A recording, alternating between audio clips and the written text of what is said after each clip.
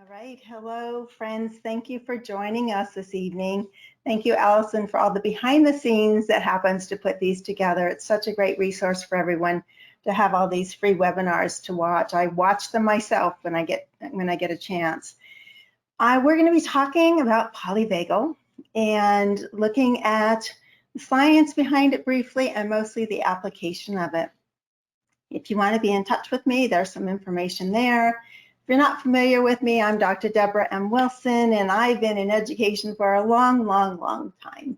And I was kind of at a place where I might think about doing, winding it down a little bit, and then polyvagal happened, and I ended up writing 2 books about it and became really enthusiastic because I think it's helpful and hopeful, and that's what I want you to get out of today's presentation. And I've taught at different levels, and I'm basically a closet OT. I love the profession of occupational therapy. I use it in everything I do with students and how I teach teachers in the classroom. I couldn't do anything without OT and PT practices. And I'm a parent of a neurodiverse child young adult who just moved out this weekend into her own apartment, so that's pretty darn huge. That's something we all strive for. And ultimate independence. So I'm also a certified color consultant. I love color, and I work with color in school as well, and how color helps us learn better. I'm going to add a little bit of that to today's presentation just for the fun of it. And I'm coming to you from Tucson, Arizona, and without further ado, let's get going. So I am a trained futurist, which is something that is like a specialty. And as a futurist, I say, what do I need to do today to create the future we want tomorrow? And writing these 2 books for me was something that really helped me to say, okay, I understand if we get into this polyvagal theory and really apply it, I think we can see a brighter future, and we can all embrace that. And it's something I think we can all do together and say, come together on something we agree on, because it's pretty divided these days. Right? We have this divide on the internet, the YouTube, everywhere. I don't know in your schools what it's like with the school board versus the teacher versus the parents, but I want today's conversation to be about what can we do in the midst of the storm and the divisions that we hear about. What can we do to bring everyone together with a common goal, some common vision? That's how we create a bright future for tomorrow. So in a classroom of diverse students, what's the one thing they all have in common? I'll just give you a second to think about it. Since you're on this webinar, I think you know what my answer is, but you can put it in the chat box, and Allison can let me know if anybody's putting it in. What's the one thing that all students have in common? Other than 2 eyes and a nose or whatever. Do you know? Allison, is anybody putting anything in the chat box? All right. We finally got some more answers here. All right. We have Kristen says we all have a nervous system. Deborah says to learn. Sarah says a need for connection. Yep. Right. All of those things. And it's so, and that's all part that need for connection and learning, and that's all part of happens when we have a regulated nervous system. So that's what we're going to be talking about today. Is there something we can all focus on? Because there's all these different programs and strategies, and I get overwhelmed with all of that. There's always some new program. For me, polyvagal wasn't a fad. It wasn't like another program. It's a lens of looking at students, ourselves, our family members, our pets, and understanding them better. And if you think of when I was writing the 2 books, I was thinking polyvagal for me, we all have our toolbox, but for me, polyvagal theory and applying it was actually the box. Like once I understood polyvagal theory, gosh, everything I've been doing for 20 years with school moves, as a founder of school moves and training in schools, it just all fell in line. And what I was doing was making so much more sense. So whether you're using, whatever assessments you're using, if you're using some actual physical tools, if you're using some school moves, the I can calm myself routine everybody likes, if you're using some great Therapro products, like the drive-through menus, all of those will be that much more effective if you understand what the nervous system of your client or your student needs at the time, and better yet, if they understand it as well and are able to let you know. So the objective for this presentation, I want you to understand how to befriend your nervous system, because it does start with us, and then also how to align activities with nervous system states, and just be a little more thoughtful about it. You already do tons of great stuff. Polyvagal isn't about throwing everything out, now we're doing polyvagal. Not at all. Everything we do fits beautifully into polyvagal theory, fits beautifully with it. It's just looking at it just slightly different. In this presentation, I'm going to show you how to look at it with a little bit different lens. And also, I'm going to introduce the Polyvagal Learning Hub, and I really build this in book 1, The Polyvagal Path to Joyful Learning. And I wanted to look at this book. I didn't really want to get more into trauma and behavior, because that's really well covered. There's so many great resources you have for, you know, like, is it behavior, is it sensory? And there's just so much good stuff there already. I wanted to look at, I'm a reading specialist, so I wanted to look at how do I get students engaged and motivated? And at the end of the day, I'm graded on students' grades on tests. And I know I don't want to teach to the test, but that's the ultimate, what happens, right? My students have to do well. How do I get them to do well? And my thought around this is, if we lead with that question, how do we get them to have academic success, then possibly we wouldn't need as much behavior and trauma focus. But I may be wrong, but I think, you know, that's something I wanted to explore in the book, and that's the journey I went on. I looked at academic theory of growth and fixed mindset, cognitive load theory, the great work of Annie Murphy Paul with extended mind science, how the body is involved in learning. I went in that direction. So it's not going to be all about behavior and trauma, even though polyvagal came out of the trauma world, and it's in the mental health field. But what I wanted to do was, through each chapter, I have 7 principles, and each of those principles are a way we can apply this in the classroom. And so the first chapter is about befriending your nervous system. The second one is, we all know now, the foundation of safety and connection. I add a little bit of twist to that, then a little more new information that's out there right now. I look at regulation through a polyvagal lens. I look at resilience, relationships, and reality. Sometimes we're asking ourselves and staff members in education to do more than our nervous systems are able to do. They're asking us to be more compassionate than we're able to do, because we don't feel safe or we're in a state of sympathetic activation. So I look at that in chapter 4. In chapter 5, I look at anchoring. How do we anchor in those ventral resources? We're going to talk about that today. And then ultimately, how do we get on our backpack and get on this ventral path to learning and to academic success? And I summarize it all in chapter 7 with some nice bullet points. So hopefully by the end of today, little plug, you'll want to get the book if you don't have it yet and read it. So what I was asked to do by Norton was to take Dr. Stephen Porges' work that Deb Dana, she's a social worker, she brought it into the social work field beautifully, with so many great ways to apply this really heavy duty science that Dr. Porges put out there for us. And so she has a lot of books, or I've got them here for you. She has a lot of books, both professionally with the mental health field, and like her anchored is for us personally, how to befriend our nervous system. So what I'm going to do today is share this all through the lens of educational model, not a mental health model. And Deb Dana asked me, I interviewed her in one of my Crowdcast, my monthly presentations, and we really hit it off, and I loved her work. So when she invited me to write this book, I said, do you want to keep the language like your language that you use? And she said, yes, if we could all use a similar language, then that gives us more things in common again, less division. So speaking of division, since we're here, where are we? Where is the autonomic nervous system? You might be asking that. So you have your central nervous system, which is your brain and your spinal cord. But within those, you have your peripheral nervous system as well.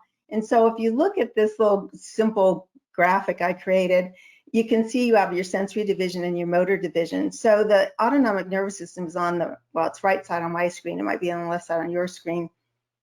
But polyvagal theory focuses on the autonomic nervous system and the branches of the parasympathetic and the sympathetic. What's the big deal with polyvagal theory is that it's updated our model from rest and digest to being activated. It's a little bit different than that. So it's not always on or off like some people think.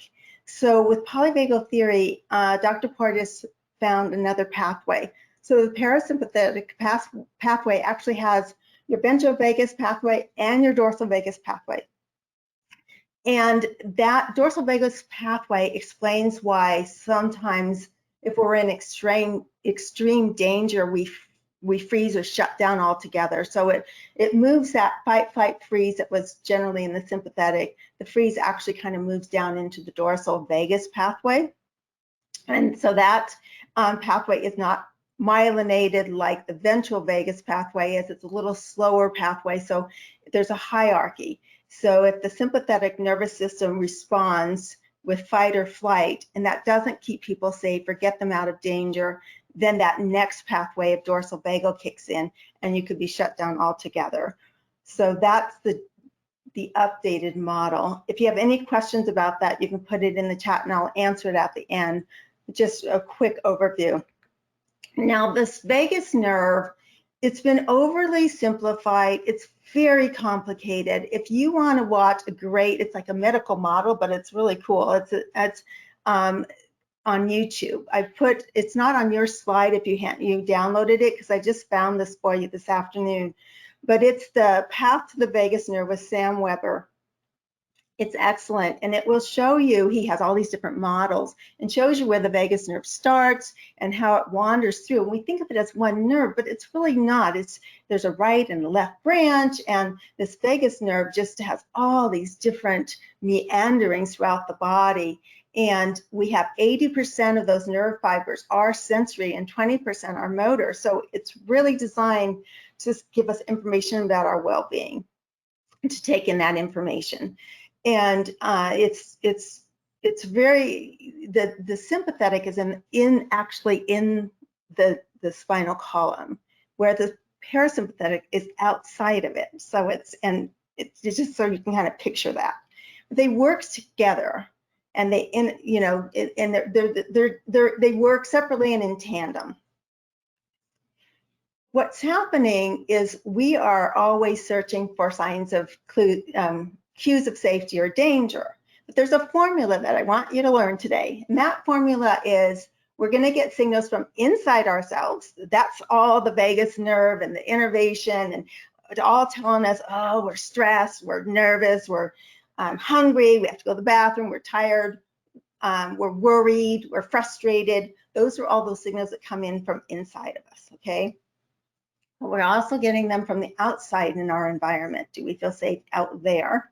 And we're also getting them between others in relationships. So as we're talking to people, we're kind of sizing them up. We're like, do I feel safe with this person? I mean, it's not like I'm feeling like I'm in danger, but there's just this whole subtleness around, do I want to engage with this person or not? It's that, right off the bat, you kind of get that sense whether people feel like, oh, well, she or she, this person's really welcoming. I feel like I want to talk with her.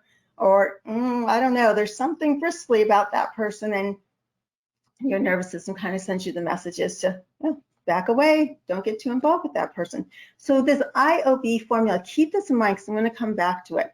Inside, outside, and between. And this is from Deb Dana's work. I just think it's brilliant. I love thinking of regulation in those terms and thinking of those cues of safety and danger in those terms. So what we're looking at, I thought when I was writing the book, I thought I'm going to do the scale and look at, like, if we have more cues of safety, then we have less signals of danger, right? And if the dangers start increasing, the safety feels less. But the thing is, you can't just keep adding cues of safety. You also have to take away the cues of danger and vice versa. So just think of it as a little math equation that determines how safe you are and the reaction that your nervous system will have to how safe you are and you feel from inside, outside, and between others in relationships. So this is from book 2, which is the Polyvagal Backpack, and it's not out yet, but I just wanted to share this visual with you because I thought it would really help. When you think of the 3 main nervous system states, the state where we're not activated is ventral vagal. That is a state where I think of it as a vent and a heart, because in this state, you're able to be compassionate if it's required of you. You're able to look for alternatives to a problem that you're trying to work out. It's not bliss. People, I hear this a lot where people say, oh, I'm in ventral, I'm so calm and I'm blissed. And that's really not it. Ventral, you still have energy in the system, you're still actively involved, and you could be a little bit bummed or you could be a little bit frustrated, but you're able to say, okay, that didn't work. What can I do next? So you're able to see the problem and work through some solutions. That's ventral vagal. You're letting in the good stuff. You're paying attention to those good things that are coming in. You're also giving off some good stuff, and you're not activated. There's no response in your nervous system. Now, what happens when you do start to feel a threat? Then there is the sympathetic response. Everybody gets confused about sympathetic because they say, well, it's sympathetic, but it's not. You can't be sympathetic and sympathetic. So here's how I want you to think about it. Sympathetic is actually Greek for feeling together, and it refers to the nerves in the spine that all work together. And that's why it's called sympathetic. But here's what you can think of. Sympathetic to your plight. So it's a shield. The shield up going, okay, you've done that with people, haven't you? Somebody comes up and you literally go, that's okay, you can stand back. You literally put that shield up and get that space between you and that person. So you can think of it with a little jingle, sympathetic to your plight, the body responds with fight or flight. And everybody knows what fight or flight is, so I don't have to go into that. Dorsal vagal, now if sympathetic doesn't get you out of trouble and get you back into connection with others and feeling safe, then your body will say, we're going into dorsal vagal shutdown. And that can be just feeling like overwhelmed. It doesn't have to be a totally in freeze shutdown response. It can just be, I want to climb into bed, put the covers over my head, and not wake up for a few days. I just need to engage from the world because it doesn't feel safe enough to be in it. So I was thinking right now, we'll do a poll in just a sec. So ventral vagal, you're alert and energized. Sympathetic, you're mobilized for action, but it can be disorganized. And in dorsal vagal, you're unmobilized and you have no energy. So think about students and think about your clients. Where do you think a lot of them tend to be during the day? And we move in and out of these states. There's no such thing as I'm always on the green path or I'm always on the yellow path. We are always moving throughout the day in and out of these states. But the key is you don't stay in any state too long and you have those resources to get back to ventral. You know what your resources are. So if you think about your students, I don't know, Allison, if anybody has put anything in the chat box, but do you think they're mostly mobilized and disorganized in their bodies and in their responses to learning? Or do you think a lot of them are unmobilized and have no energy and kind of shut down? Do you have a sense of it? Let's see, we have Sarah saying sympathetic with my kiddos. Nancy says, I see mostly sympathetic, then leads to dorsal vagal. Yeah, that's it. When I was writing the book, this was my aha moment. Sympathetic is a place of opportunity. That's a place where school moves. That's what I've been doing for 20 years, and that's why it's working. It's like, oh, now I understand why it's working, because in sympathetic, we have disorganized mobilization. We need to help the students figure out how to organize. They've got energy. So sometimes the mistake we make is we want them to go into quietly still, which is down. It's a combination of ventral at the top and dorsal vagal. It's a combination of those two is quietly still, and we skip that sympathetic organization of the mobilization. And it's very difficult for some of those students to go into quietly still if they haven't had an opportunity to mobilize in an organized way. So right now, check in with yourself, and then we're going to do a poll. Are you ventral vagal ready to learn with me and have been learning so far? Are you in sympathetic, like you had a rough day and you're still kind of cranky about it? And so you're not quite ready to learn yet, but you're trying to get one foot back in ventral. You're trying to get over into ventral. Or are you in dorsal vagal, meaning you had a heck of a day and you're just ready to pack it in? I hope that's not the case.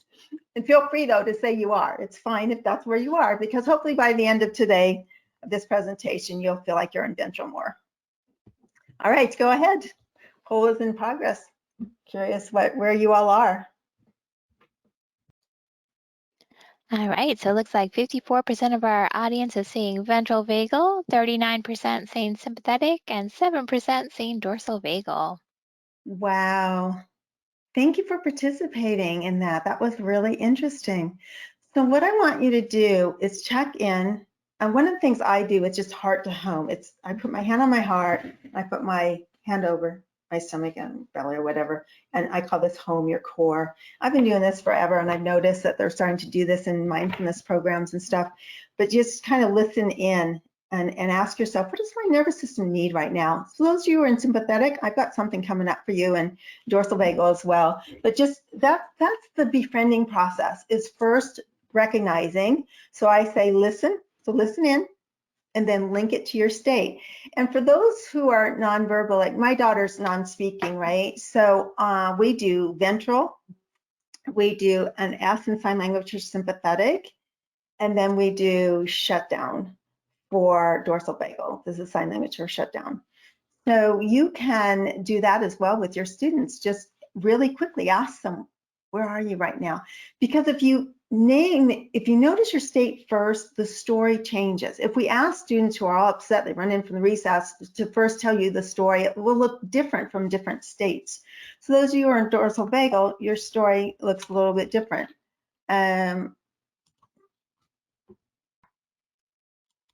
So I'm not sure, Allison. Oh, there we go. I just have to click off on this thing. Okay. Your emotions related to your state. Those of you who said what state you're in, see if your emotions relate. So if you're in ventral vagal, you're kind of leaning into this conversation. You're eager, you're curious, you're engaged. You feel like there's no risk to be taken with this. But if you were in a workshop or something, and I asked you to do some things with the group, you'd feel fine with doing it. And if I asked you to get up and share, you'd probably be okay with that. In sympathetic, you're kind of a little frustrated, you're a little irritated, you're fearful, anxious, angry, worried, stressed. You're just in this place where you can't really focus on learning, just like your students can't focus on learning when they're in sympathetic. And then dorsal vagal is you're just feeling kind of helpless or hopeless or shut down, just feeling like what I do doesn't really matter anymore. So the interesting thing is, to get to ventral vagal from dorsal vagal, you do have to go through sympathetic. That's why when we're depressed, they always say go for a walk, even if you can just do the slightest movement, get up and try to move. And that's the thing that people don't want to do when they're depressed. But that movement is what helps get us through from sympathetic back, at least 1 foot back in ventral. If you want to personalize your states, you can. So you can say, for some, ventral vagal is sunny, sympathetic stormy, and dorsal vagal is foggy, cloudy, kind of gray. Well, some people, gray is their ventral vagal. Like if you live in Portland, where I used to live for a while, people love the rain. They love the gray, gloomy days. So for them, that could be a ventral image. So it just depends on where you are. For me, I'm a sunshine person. I love all the sun. So sun would be in my ventral vagal. You can also do animal. So if you can, like when I'm working with young ones, remember, Polyvagal's so new. I'm playing with a lot of this. It's just a conversation. There's no curriculum. We're sort of figuring out, how does this look in our schools? Because it's something new, and we're not doing a lot of it quite yet. So one of the ideas I had was to, I asked my daughter what her favorite animal was, and she said a rabbit. So I have a rabbit, and so I can do a puppet, and you could say, are you rabbit ready? Are you ready to learn? Are you a rabbit? Or you can get a raccoon. So raccoons are kind of, they can be sort of feisty, and they can fight, and if they get scared, they can run. So a raccoon can be an animal that you could use, a puppet, for sympathetic. Are you a raccoon right now? And then dorsal vagal, of course, obvious, right? A turtle, right? Not an animal, reptile, but a turtle. So are you turtle and ventral? Does a turtle have sympathetic? You ever seen a turtle fight? I guess they must, but they just seem to work so slowly. I don't know. And then sympathetic would be, dorsal vagal shutdown would be like this. So we all have a place, I call it your go-to place within.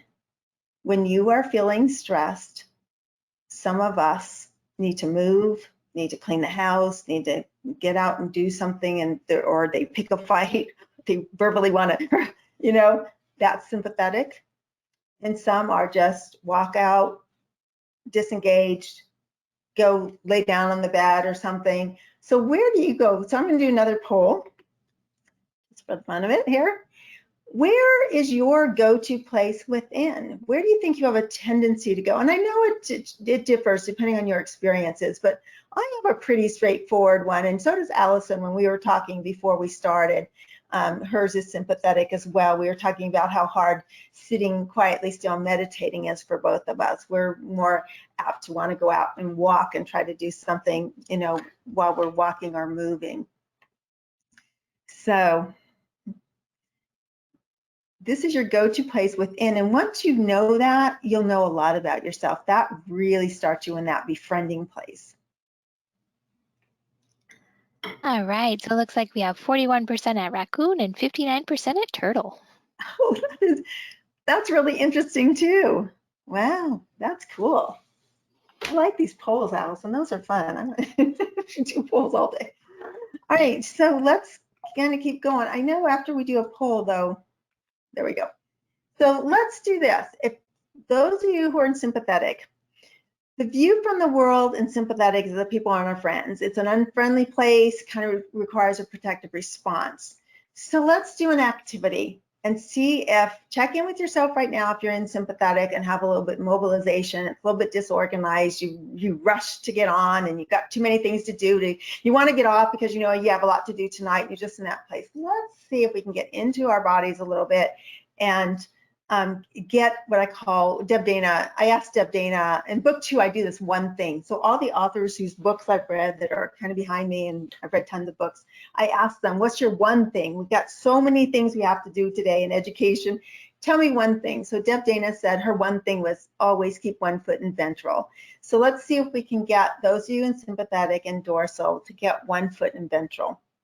So move with me, if you will. I'm not going to stand up because I'm going to lose my place in my camera and everything, but what you're going to do is that's midline. That line is the midline of your body. So if the hand, you just basically mirror the hand, and I want you to put it all the way up like this, and then I want you to either clap, hit the table, or hit your thighs, whatever you want to do, but I want you to make a sound.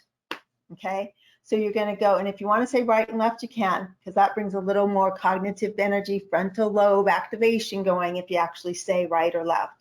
So I'm going to go left, and then I say home. And then you're going to do both hands. I hope you're doing this with me. Both hands, because I already know how to do this. And right hand, home. For your foot, you're sitting. You can either just stomp it on the floor, or if you want to stand, you get 30% more blood flow to your brain if you stand up. So if you stand up and you're tired, stand up. Stomp your foot, home, jump, home, and then stomp your right foot. And in line 3, let's do it. Right, home. Now it's your right foot, home, left hand, home. 4, left foot, home, left hand, home, both hands, home. So we've got a little movement going, which is what the sympathetic nervous system needs to find its way back to ventral. Let's do a case study. A student, and you can put in chat, did you feel it? If you did it, did you feel any shifts at all? Let us know in the chat. A student is frequently out of the seat and is in constant motion, but the movement is chaotic. The student's go-to place within is the blank ANS state. Go ahead and put in the chat box. What state is that student in? I want you to participate in this. I don't want to just be sitting here talking to my screen. I want to know that you're out there listening and participating, because I'm a teacher and I like that. So Allison, did some people put the state in? Oh my goodness, we have lots coming in. All right. So we've got sympathetic, sympathetic, sympathetic, sympathetic, and a raccoon. Dorsal Yeah, vagal, sympathetic, sympathetic. Lots of sympathetics coming in. okay. Ventral, a dorsal, and a sympathetic. Okay, and a Sympathetic. raccoon. So great. That's how we're learning together. So how can you help? You're sympathetic, right? They got that movement, that constant kind of movement, that mobilization. How can you help the student organize the mobilization without taking time away from academics? That is the big question. And as school-based therapists, those of you who are school-based therapists on this call, that is what teachers always want to know. They'll say, we can't do anything. We can't take time away. So I've devised some activities and ways you can do it. So we've already learned how to do this activity. What I've done is I've added some words, rat, bat, and cat. Now I want you to notice and take notes on this because it's really important. This is how I taught my daughter to read, who has a 54 IQ, and I was told she'd never read or function or anything else. But yellow with red says to the brain, this is really important information. Wake up and pay attention. So if you're going to do flashcards, if you're going to do, like I love like rolling on a gym ball and putting words out there and having them pick them up and say the words as they're picking them up, you know, those types of activities so they get some nice extension and vision and vestibular and all that good stuff. And they're picking it up. And Shalia loved doing those games when she was little and she'd giggle. So you would write them on yellow with red. If you notice, just look at the screen and you see how it stands out, doesn't it? Your brain and all of this on the screen is paying attention to that because it's going, whoa. All right, so that's a tip. As a color consultant, that's a tip I'm giving you. And that's all evidence-based. In book 2, I have research and I support it. I did a ton of research on color in the classroom and I talk a lot about it in book 2. All right, so what you're going to do here, and if you add a visual, it's that much more powerful. The brain and the mind-body system will learn it so much faster with the visual as well. So we have a rat, and you notice on bat, I put the bat sitting on a bat because it could be either bat. And then we have a cat. But I also would say to a student, which item doesn't fit? And they'd probably say the baseball bat, right? Okay, so you can extend these activities and just make them that much more powerful. So what you're going to do now is you're going to raise your left hand and you're going to say rat as you raise it, home, bat, and cat. Okay, ready to do it with me? Rat, I'm trusting you that you're doing it with me. Rat, home, bat, home, cat, home. So make this note, the body learns 10 times faster than the brain and forgets 10 times slower. And I noticed there's a webinar on cognition and the cerebellum. I'm gonna go watch that next, Allison. That looked really interesting. When you were showing your screen, I noticed that. So movement is really a key. But the cool thing here is now we've taken a student in a sympathetic nervous system state that's mobilized, that's disorganized, and it's chaotic. And we found a way back to ventral. Because if a student does this, they're not going to be activated. They're going to be back into at least 1 foot in ventral. All of you know push places. You all know wall push-ups.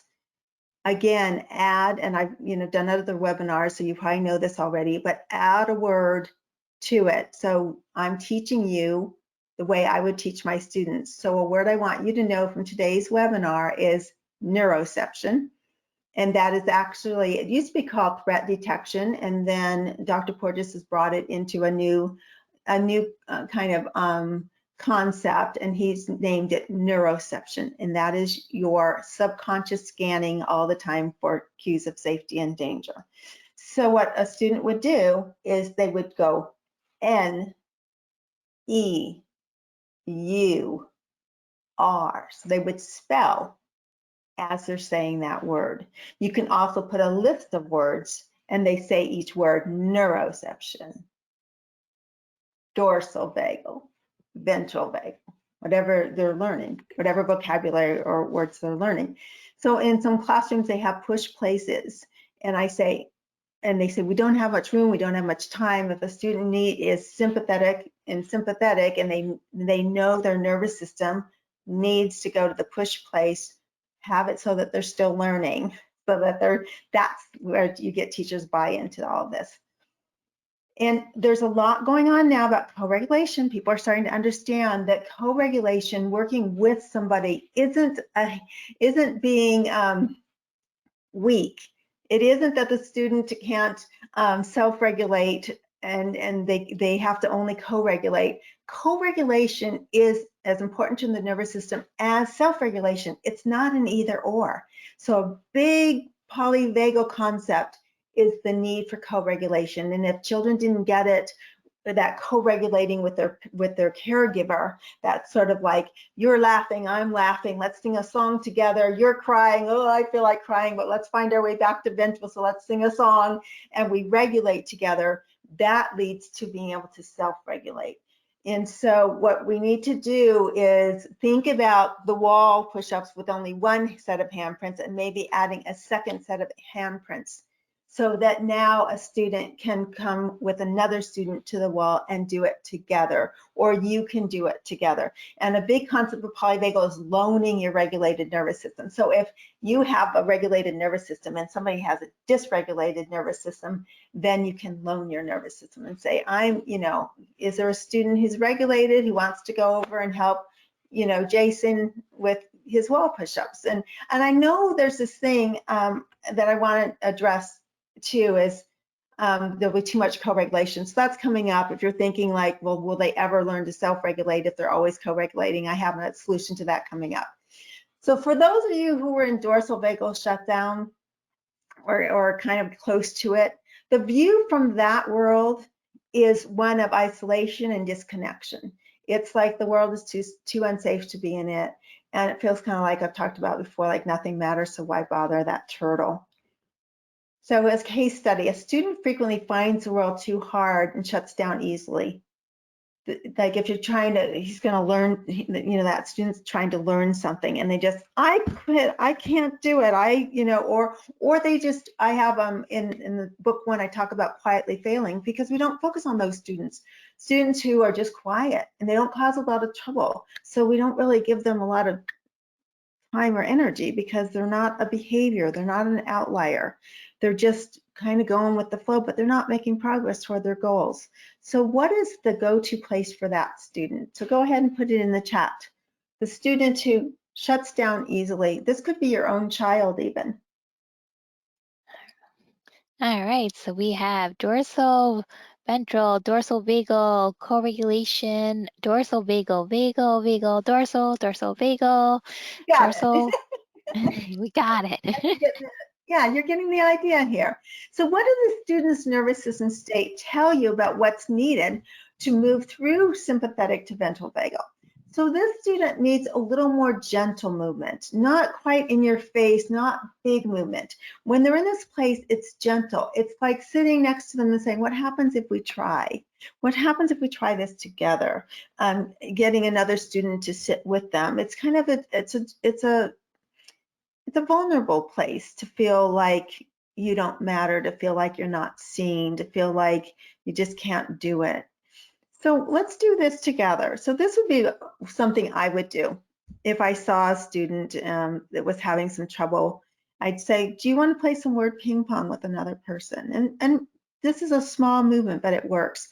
So what you're going to do is, I found all these words, and you have this in your download. So you have a picture of this. You also have the I can calm myself routine in the download that's coming up in a minute. So what you're going to do is, if blue is, somebody says blue, neuroception, then another student will call out what's in the red box, retuning, then ventral vagal, then vagal. They go back and forth like they're playing a ping pong game, right?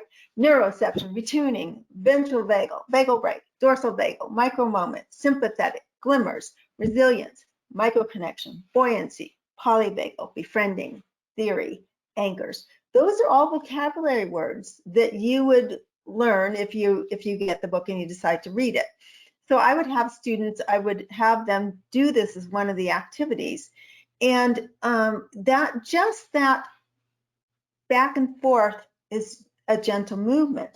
But you can also, I'm a big fan of doing tapping. Whenever you can, think in terms of, can I do a right, left, and it's a great midline activity, tapping with this activity.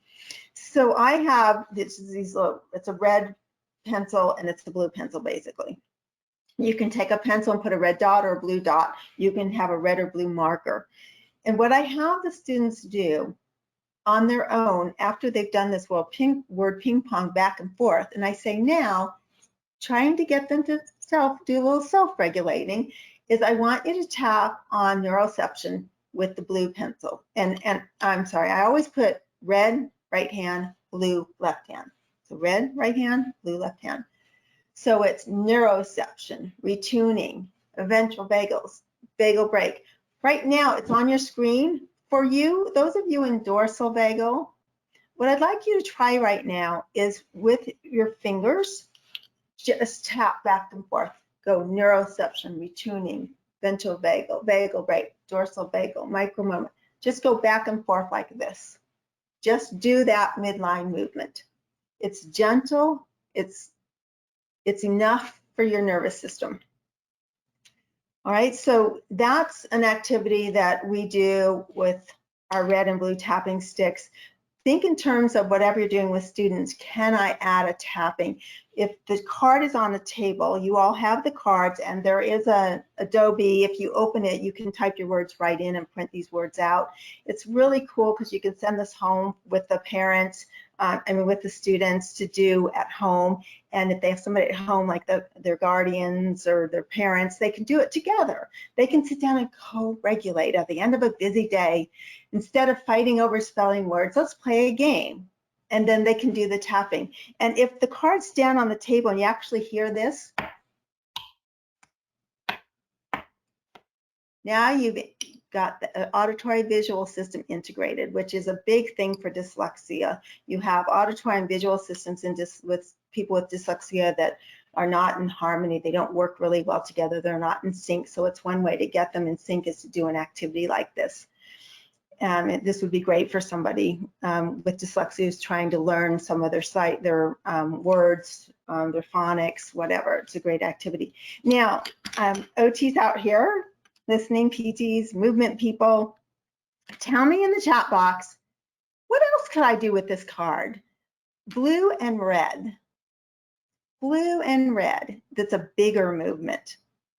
Can you think of something you could do that's a bigger movement where the students take turns? If you're blue, you do this movement. If you're red, you do this movement and say the word. All right, Laura's got jumping and squats coming in. Rosemary saying balloon toss. We've got Sarah saying hopping, stomping, passing a ball. Carol saying push and pull. More hop, jump, squats, wax on, wax off for Meredith. Mary saying stand, sit. Joanne with running to it. Nancy put the words on the wall and have the child standing on balance board and pointing. Yeah. My people out there. Right. So you see, you start with a gentler movement, get the student kind of starting to come out of the shell. You know, you can't knock on the shell, you can't shake them, you know, you just get them kind of coming out, and then you make that movement bigger. And that's how they find their way back to ventral. And before you know it, they're laughing and they're having fun and they're in ventral and they've forgotten all about their, I can't do this. Yeah, they can. We can do it together. So with this inside, remember the IOB formula, inside, outside, and between, what I want you to be thinking about is how can we make sure that the students are getting access to ventral resources from inside, outside, and between. So when you're setting them up and you're thinking about resources, categorize them. Say, oh, this is an inside resource, this is an outside resource, this is a between, because it's the balance of those resources that really provide this nice nourishment for the nervous system. So as an example, I can calm myself routine.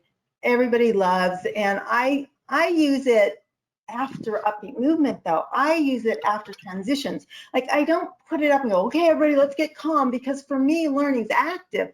I want students actively engaged. I want them talking to each other and just really digging into what we're doing. My reading room was always balance boards and a Marsden ball, and we're hitting that ball with our little noodle, and we're reading flashcards that are on the wall, or another person's holding them up, or we're jumping and saying words. I mean, my room, because I had so many students who were those dorsal and those sympathetic students who really needed that active movement. And so I can calm myself. I just want you to know, do it after transitions. Do it after a go noodle that's a little bit more upbeat or something. And also a little thing about go noodle is that the research is telling us, looking at a screen and regulating, jumping, doing those things at a screen, it's not as effective as students mirroring each other, looking at each other, social engagement system online, your face, your smile, your eyes. When everybody's at a screen, we're not connecting, we're not co-regulating. It really takes that contact. So just think about that as well. That co-regulation between others requires that we're looking at each other, that we're engaged, that we're interested, that we're showing that we're paying attention to one another. So if you have this poster, so inside, an example would be as they're doing deep pressure. I think almost everybody knows this routine. It's been around forever, but if you don't, it's deep pressure to the palms. You just press like this around the palm, and I usually do 10, and I end in the middle. As a reading specialist, I spell while I do it. So if we're spelling because, it looks like this: B-E-C-A-U-S-E. Every chance I have, I work on the nervous system and regulating as they're learning. That keeps the whole fight or flight from just kicking in. It just keeps everybody 1 foot in ventral, 1 hand in ventral, okay? And then I have them take a deep breath or just shrug. Shrugs work great. A lot of people can't do deep breathing. So the other side is taking, doing our dots like this, same thing, deep breath or a sigh, and then we're squeezing up the arms, and you can spell, same thing. You can do skip counting. You can do 3, 6, 9, 12, 18. And then listening ears, almost everybody knows that, where you take the top of your ears and roll. Do it with me. Do it with me if you're out there. And then pretzels, people know, thumbs down to the ground and cross. You flip and then you cross your legs. And you can do it sitting, you can do it standing. The tongue's usually at the top of your mouth, the roof of your mouth. Take a deep breath in and out. And then I do heart to home and then calming taps. 70 beats per minute. That tapping, a lot of students like. Students can choose to do one thing. You can cut this apart. They can do dots, they can do squeezies, they can do any one of these. You can put them on a chart, you can, whatever you want to do with this, feel free to do. But when you're talking about how it feels inside, as they're doing this to your hand, you'd ask, how does your hand feel, not how do you feel? So Kelly Mahler's work, all the interoception work she does, it's about how are you feeling inside. So my hand's warm, my hand's cold, my hand's feeling sticky, whatever. A therapist told me that she was doing this, and she asked the students how they're feeling. Everybody's doing fine, feels good. And one student said, I'm stressed out. That routine made me stressed out. I'm like, oh, that's so interesting. She was stressed out because she didn't know if she was doing it right. So that perfectionism put her into sympathetic. So it's interesting. Her nervous system was like, I'm not getting enough cues of safety that it's okay if I don't do this right, right? So the therapist learned a little bit about that you have to preface with, do this to the best of your ability, do what feels good for you with it. It might just be one move. You might not do all of this. And then outside, an example of being able to access a ventral resource from the outside would be hanging the poster up somewhere where students can visually see it, having it at their desk where they can visually use it. Between others in relationships would be doing it with another person, saying, I'd love for somebody to come do this with me. And in book 1, I give a story about on the playground where a student was having a meltdown, recess bell rang, she didn't want to come in and go back to class. And So I tell you the story about, getting down with her and co-regulating, and we did this together. I said, well, this is what I do when I'm feeling like this, right?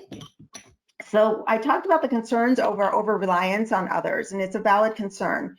So one of the things I asked Leanna Ray, who's a social worker friend of mine who helped, we met every week when I was trying to translate this from mental health to education. I was like, Leanna, we wouldn't say rupture and repair in education, so we really talked through a lot of this. And she said, one of the things we can do is say, is this enough time with another? Is this enough time, and are you ready to work on your own now? So you're working toward that self-regulation. That's an option. I call all of this interactive regulation. I think it's a new term I want to introduce to all of you, because we move in and out of these states, like I said, and this interactive regulation, we're interacting inside of ourselves, outside, within the environment, and between other people at all times. And Dr. Bonnie Badenoch, she has a video she says is self-regulation a myth, and she says we really never truly regulate by ourselves. Like, there's always something in the environment, there's always some person we're maybe thinking about, there's always some people we love inside of us that we're thinking about as we're trying to find ventral. There's our relationships. So this whole focus on self-regulate, I think we need to change that up a little bit. So dysregulation to me is disconnection from your interactive regulating resources. So when we start getting dysregulated, it's because we're becoming disconnected. Along with all of what we've learned so far, I want you to think of your regulated nervous system as that fertile soil. And we also have to cultivate skills. We can't expect, okay, they're in ventral now, they're ready to learn. They still need to know, how do I learn? What are the skills I need? So as a reading specialist for my students, it would be, I'd want them to monitor their internal states and the story they're telling themselves mentally about how they're able to learn this. I've worked almost all my career, I've been with a lot of high school students who can't read, haven't been able to read, they're in first or second grade level reading, and I have to really change the script. I really have to change the tape in their head, and I have to get them to start acknowledging it when they start feeling like, I can't do this. And then they have to communicate their needs. What are you needing at this time? They have to know how to access these regulating resources we're talking about from inside, outside, and between. Then they have to adjust their strategies, and they have to maintain their motivation and acknowledge their growth. Those are skills that when I'm working with students that I'm cultivating. I want you to think about skills you're cultivating and put it in the chat. So think about a student you worked with today. Let's say, what skills did you cultivate? So it's not enough, we get regulated, yes, but we still have to teach compassion or teach, whatever those skills are, we still have to do that.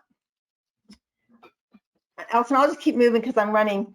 I'm going to keep going, and I'm not going to stop with the chat, but feel free to put it in the chat what I just asked you, the question I just asked you. So what I did in the book is I said, how can we simplify this? How can we have a really simple diagram, a simple visual? So I came up with this Polyvagal Learning Hub.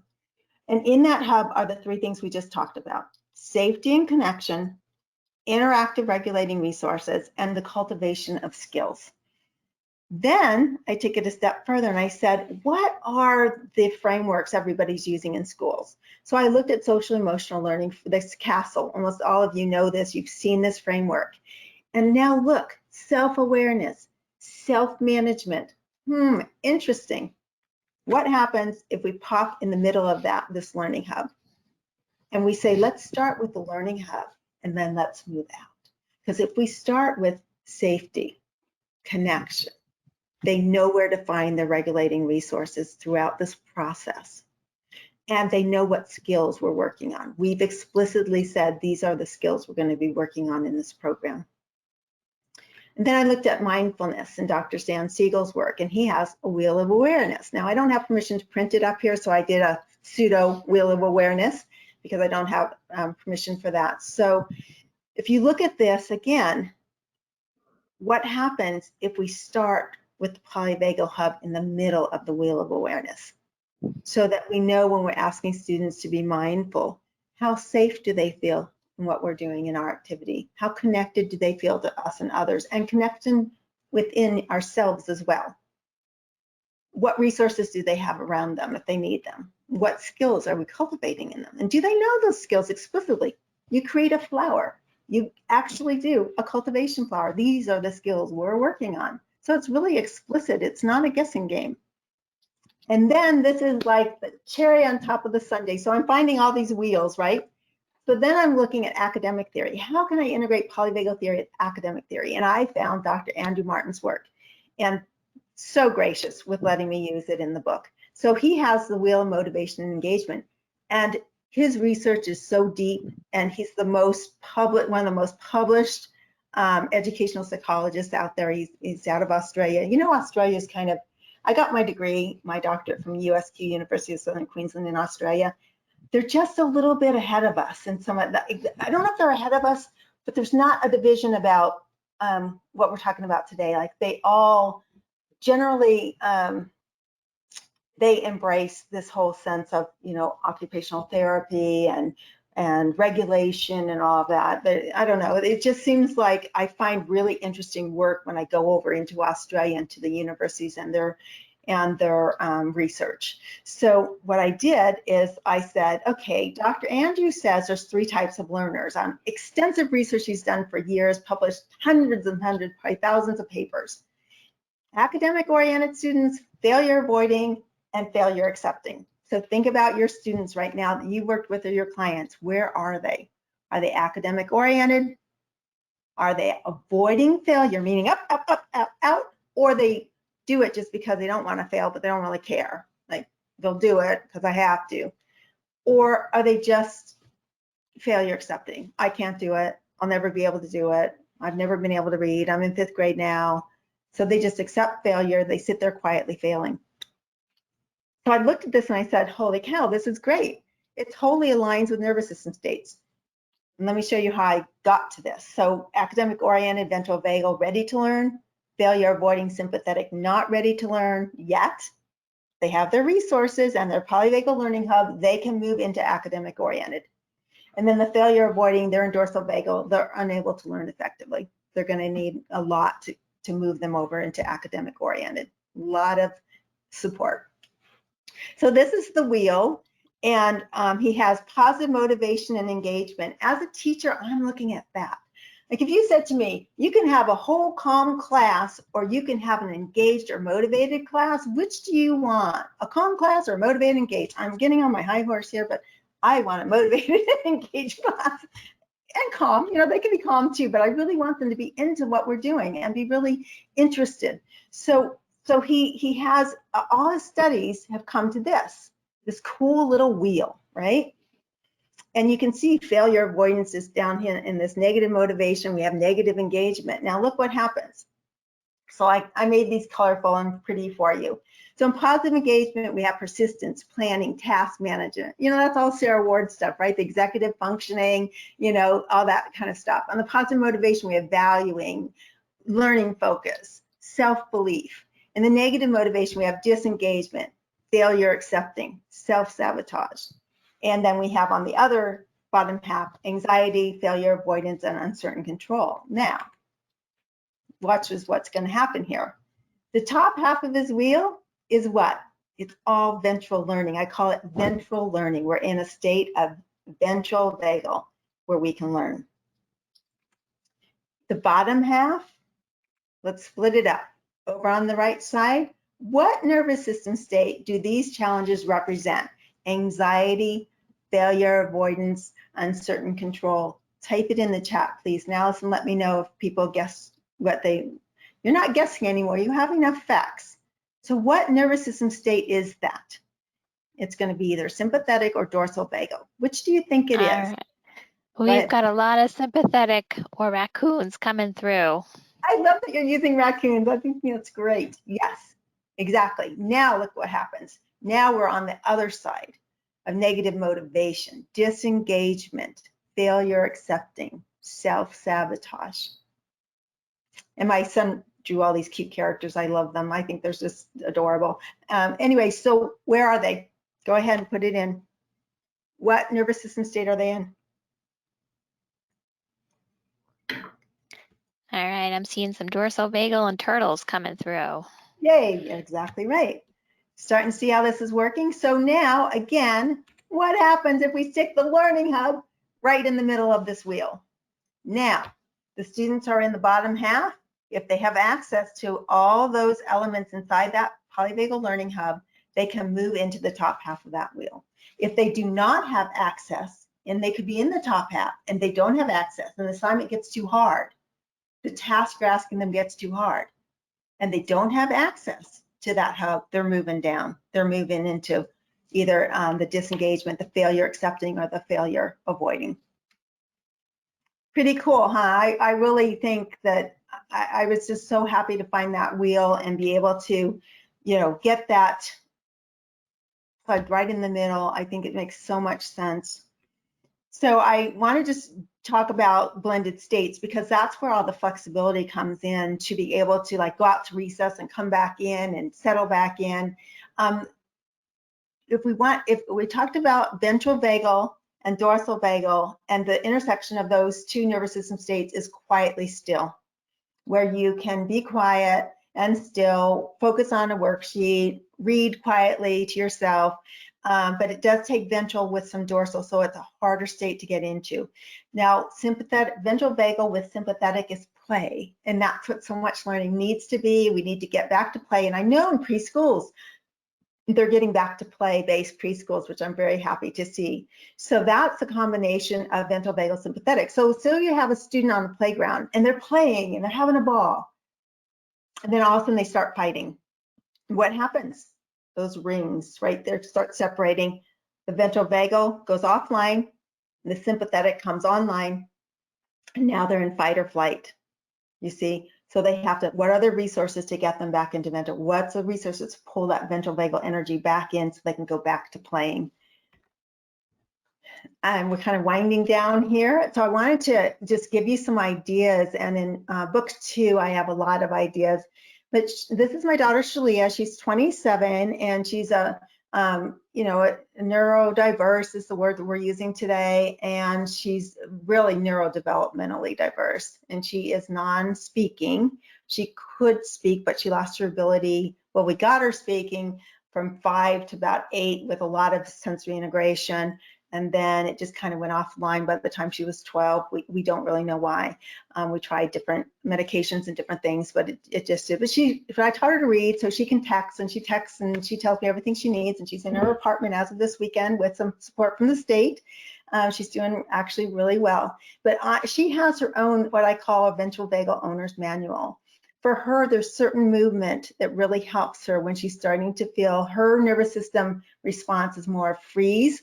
Too much information's coming in, she can't sort it through, too much auditory, visual, tactile. So she just kind of stops and she kind of gets that scared look in her eyes and her muscles tense up, and that's a freeze state. And so a lot of times in our schools, we think those are stubborn students, those are defiant students, but they're just trying to say, stop the world for a minute so that I can get back into my body, so that I can figure out what nervous system state I'm in, so I can get back to ventral. So for Shalia, whenever she gets into that freeze, touch, a hug is something that she asks from me. We've already pre-decided, so it's not a guessing game. You already know your students and clients, you know what's ventral for them. You probably know more than you think. However, is it explicit? So I'm encouraging you to create a little notebook of all the things that the student likes to do that brings them back to ventral. And also, Shalia adored doing this activity with me. So she loves sunshine. I have her pick out images. And if you're on my newsletter, we do a lot of school activities and send them out for free for holidays. And she helps me find all the images and helps me create those. So if you're not on the newsletter, you should get on it because you get a lot of free stuff. So this is Shalia with the sun and all her little ventral clouds that she likes. So what brings her back to ventral when she's going into sympathetic to dorsal? Her Lego building. She loves to build Legos. Her minions. She thinks of them as her friends. Her iPhone games. She does a lot of coloring and stuff on her iPhone. Playing her country music. I don't know where she got that, but she loves country music. And her family and her friends. So you can create, make the center be whatever the student or client likes, the picture they like, and explicitly sit down and, as much as possible, get all that tribal knowledge that you might have that's inside you or inside them out, so that you can truly do the inside, outside, and between, and really understand what their nervous system needs, so they have that polyvagal learning hub at their fingertips and they can quickly and easily find their way back. So back to the original question, I said, what can I do today to create the future I want tomorrow? So I want you to think about being on this ventral path toward your preferred future. And I know people, like teachers, are thinking of quitting. I have a friend, a really great teacher, that just gave notice, and she just emailed me today. But remember, you can't really make good decisions unless you're in ventral. So do not make the decision when you're in sympathetic or dorsal vagal shutdown. Because another friend of mine wanted to quit, but she made the decision through ventral. And what happened is she found a job that's an independent study. So it's a full-time teaching job. She works one-on-one with students, and she's really happy. So there's other ways that we can do things, but we have to do these decisions, make these decisions when we're in ventral. Who, what, or where helps you feel safe, and surround yourself with those people. If you're living with somebody who doesn't make you feel safe, you need to leave and get with somebody who does feel safe. I shouldn't say that, but I'm going to say it because I grew up with domestic violence. My mother didn't leave, and I lived with it. So I really understand this nervous system stuff at a visceral level, this sense of safety, this sense of connection, because I didn't grow up with it. So who, what, or where helps you feel safe? What are your interactive resources? What skills do you need to cultivate?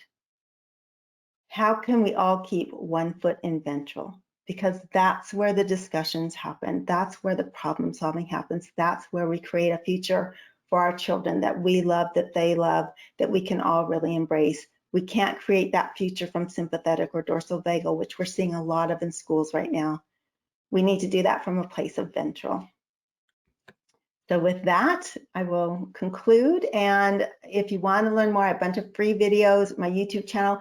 I have 668 people. I've had this channel. I haven't really done a lot with it for years and years, but my goal is to get 1,000. So if you're on this call today and it's free, just do me a favor, go over there and subscribe, because I go to other people and I'm like, oh man, they have 25,000 subscribers, and there's just this whole sense of, I'm putting it out there. But I know a lot of my the people they watch the videos because I can see the stats, but they don't subscribe because they're too busy. But if you do me a favor, if you do go over and do it, please subscribe, just so I feel like what the content is helpful for you. But I post kind of consistently. There's like the listen, link, move, think routines over there. There's a lot of discussions with Leanna Ray and myself. She's a social worker. What are the 3 blended states if you want to learn more? Self-regulation, a myth. There's noodle ball spelling, which is a really popular one that people are really liking. So there's lots of ways to learn more, and I hope you enjoyed this. And those of you who are in dorsal vagal or sympathetic, can you check in and you don't have to tell me to make me feel happier, but I'm hoping you feel a little more hopeful if you were in dorsal vagal.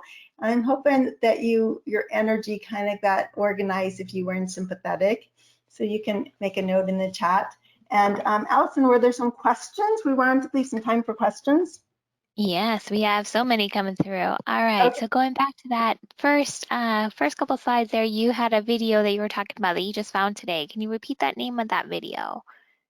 Yes, so I will go right back to it and find it. It is right here. Oh, I played it from the start. Shoot, okay, well anyway, I know where it is. I'm just gonna leave it up here for you. There it is. It's Sam Weber.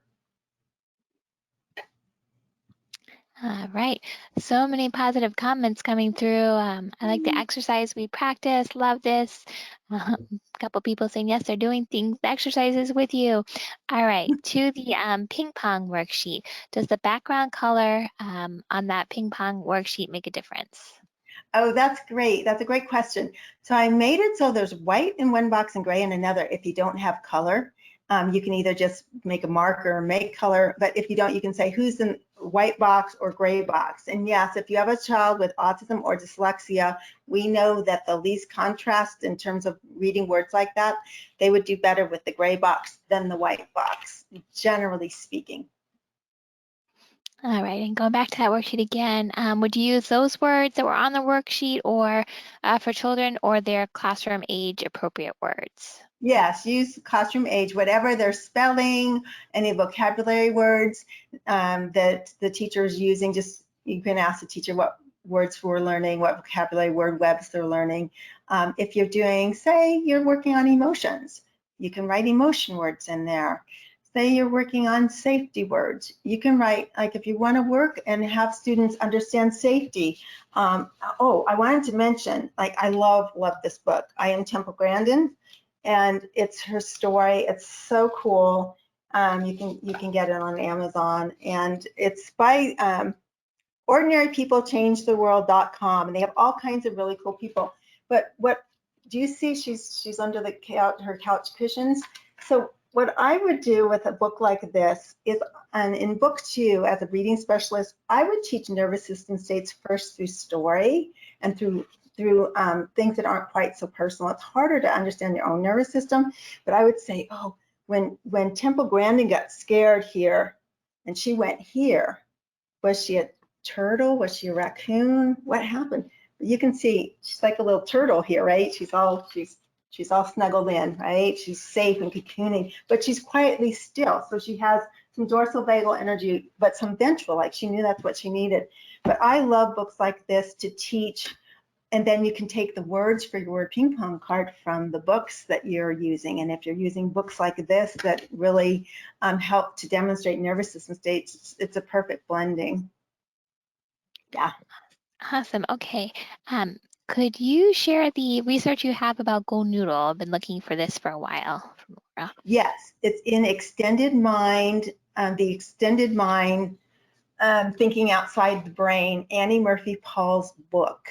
If you don't want to get the whole book, if you email me at it's on the slides, I will look up her research, and she has a whole section on distributed cognition. So she talks about learning and thinking in groups, and this whole tribal sense of we do things together, looking at each other, we do things together, interacting with each other, much more powerful. Yeah. All right. Children with hyperkinetic ADHD are more in the sympathetic state, right? What can we do to turn their state to ventral vagal?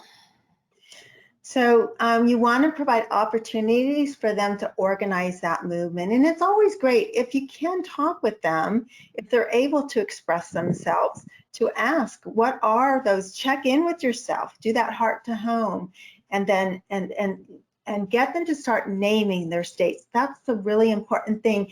Everything that you do is already great and wonderful, and all the programs you use, you don't have to do anything different. The only thing I think we are adding to the soup here is to start actually having students and ourselves name our states, and so that we're tuning in and saying, I'm in sympathetic, and then asking that student, in book 2, I have a backpack analogy, and I actually have activities where they explicitly write down what's in their backpack as they're on their ventral path to learning.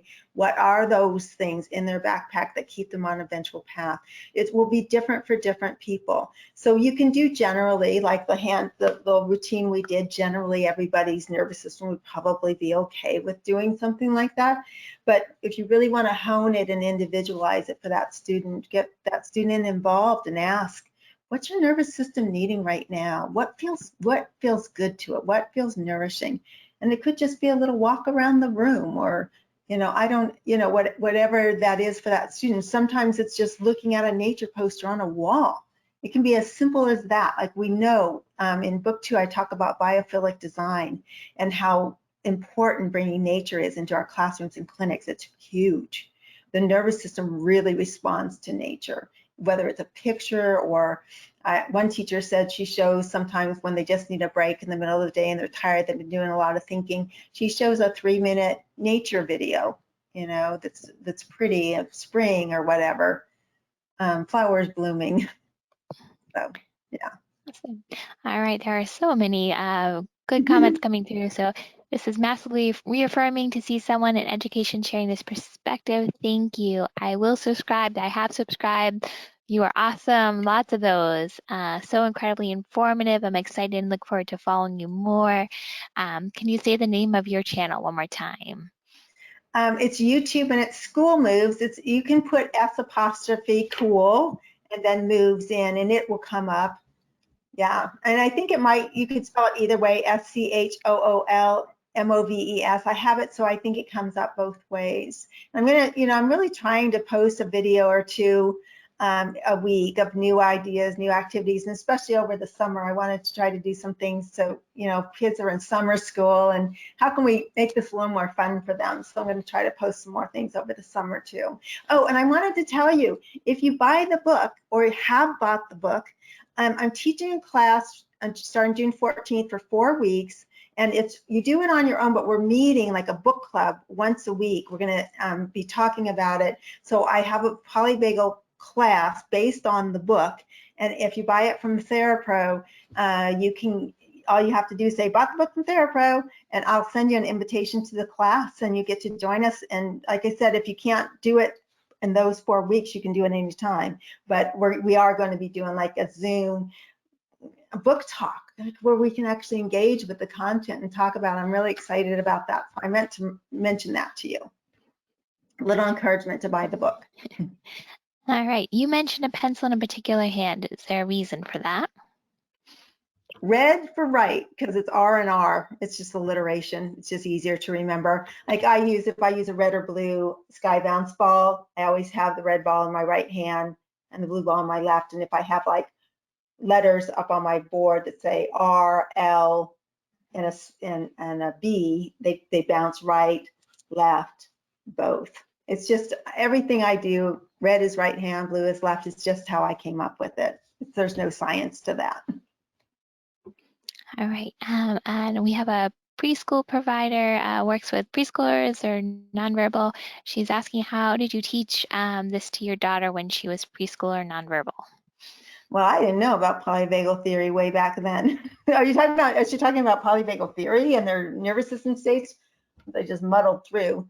But if she is talking about that, or he or she is talking about that, the puppets is how I'd start with the rabbit. Are you a rabbit, a raccoon, or are you a turtle? I think would be a cool way for them. Are you ready? Rabbit's ready to learn. That would be a way. And I think very young, used to do a lot of preschool trainings, and we taught that I can calm myself, the dots and squeezies. And I think just getting them even to sign, like my kid's preschool teacher signed all the time. She was fluent in sign language. So teaching them ventral, sympathetic, shut down, like sit with them. Oh, looks like sometimes we don't need a lot of words, right? Sometimes just too many words. And then, yeah. All right, the date for the Polyvagal Book Club. June 14th for 4 weeks. Okay. Are you familiar with the alert system, or how does your engine run? Yes. Okay. Good stuff. All good. And I want to make that clear. All of this, I mean, they were groundbreaking in their work, and they've been around for a long time, and they're still doing great work. And I think what I think Polyvagal is adding to the conversation is not saying we have to do anything different or add more to what are already full days. I hope nobody has a Polyvagal curriculum. I know somebody will come up with it, but my last chapter in one of the books, I said, a conversation, not a curriculum, because we don't need any more curriculums. It's just a lens that we're looking through. It's just understanding our nervous system states and how does your engine run, the alert program. They knew very well. They spoke Polyvagal before Polyvagal was even popular, right? They were already speaking the language, but we're actually putting the words to those nervous system states to just make that much more powerful, all that we're already doing. All right, we are winding down, but we have one more question. If you could go back to the slide with the animals. That shows the animals. Am I going back? Oh, right here. All right. Very good. It looks like we are closing out the questions here. So thank you everybody for joining us. I'm going to pop it back over to my screen so we can get the course code out of the way. Thank you, everyone. I really appreciate your time and being with me.